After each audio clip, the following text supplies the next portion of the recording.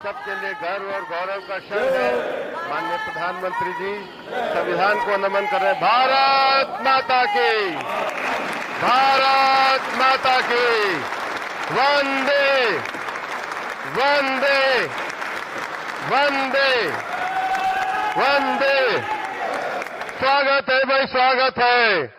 दोस्तों, आज बीजेपी की क़ियादत में एनडीए तीसरी बार हुकूमत बनाने के लिए तैयार है। चंद घंटों बाद यानी शाम 7 बजे नरेंद्र मोदी और उनकी काबीना के 30 अरकान हलफ लेने वाले हैं। उसके बाद नरेंद्र मोदी हिंदुस्तान के प्राइम मिनिस्टर बन जाएंगे। हालांकि नरेंद्र मोदी को मुकम्मल जीत हासिल नहीं हुई है। इन्हें एनडीए में मौजूद दूसरी पार्टियों का सहारा लेकर हुकूमत बनानी पड़ रही है। उनका 400 पार का नारा टाइम टाइम फिश हो गया है। दोस्तों, कहते हैं वक्त हमेशा एक जैसा नहीं होता। वो वक्त बीजेपी जो सर चढ़कर बोलने वालों का नशा उतार कर अपनी औकात दिखा देता है। दोस्तों, इस मुल्क का दस्तूर जमहूरियत, सेकुलरिज्म और बैन मज़ाहिब इत्तेहाद से बढ़कर कुछ नहीं। लोकसभा इंतखाबात के नताइज ने भाजपा की कमर और उसके घमंड को ऐसे तोड़ा कि अब वो तमाम पार्टियों में अक्सरियत पाकर भी चारों खाने चित हो गई है। ज़रा तसव्वुर कीजिए, चंद दिनों पहले भाजपा कैसी थी और आज कैसी है। ये फ़र्क ही आपको सब कुछ समझा देगा।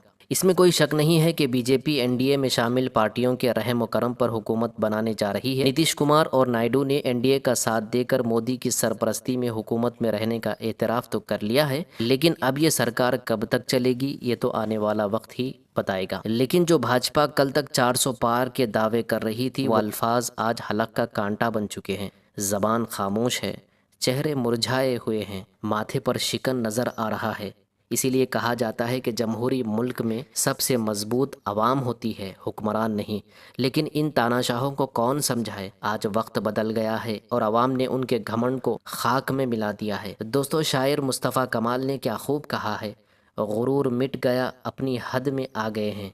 गुरूर मिट गया है अपनी हद में आ गए हैं, अनापरस्त मोहब्बत की जद में आ गए हैं। अब सवाल ये पैदा होता है कि क्या एनडीए की सरकार चल पाएगी? अगर चलेगी तो उसकी उम्र कितनी होगी? या फिर खेल बदल जाएगा? क्या नीतीश और नायडू मोदी के साए में चल पाएंगे?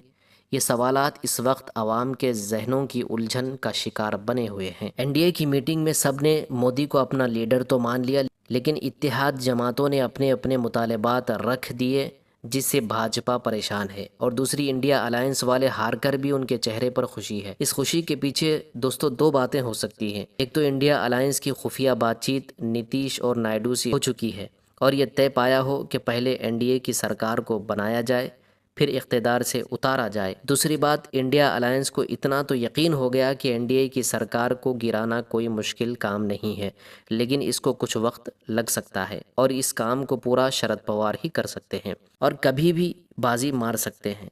चंद्रबाबू नायडू और नीतीश कुमार बड़े ही तजुर्बेकार सियासतदान हैं। भले ही ये दोनों एनडीए का हिस्सा बने हों, लेकिन इन दोनों की सियासी दूरंदेशी से शायद मोदी और अमित शाह वाकिफ नहीं है। नायडू और नीतीश ने अपनी पूरी सियासी ज़िंदगी में कभी भी हिंदू मुस्लिम नहीं किया, जिससे ये बात साबित होती है कि अगर एनडीए इनके मुतालबात को मानते हुए सरकार बना लेती है और मोदी वज़ीर आज़म बन जाते हैं, तो ये दोनों भाजपा के लिए हर वक्त गले की हड्डी बने रहेंगे। मोदी के किसी भी फैसले का असल रिमोट इन दोनों के हाथ में होगा। जाहिर है ये सब मोदी और शाह की बर्दाश्त से बाहर होगा, जिसके बाद शदीद इख्तलाफात पेश आ सकते हैं। अगर ऐसा हुआ तो इनके लिए अगला दरवाज़ा इंडिया अलायंस का होगा। बस दोस्तों, हमें दिल छोटा ना करते हुए, दिल थाम कर बैठे हुए मज़ीद इंतज़ार करना होगा, क्योंकि खेल अभी ख़त्म नहीं हुआ है बल्कि शुरू हुआ है। देखते जाइए आगे आगे होता है क्या।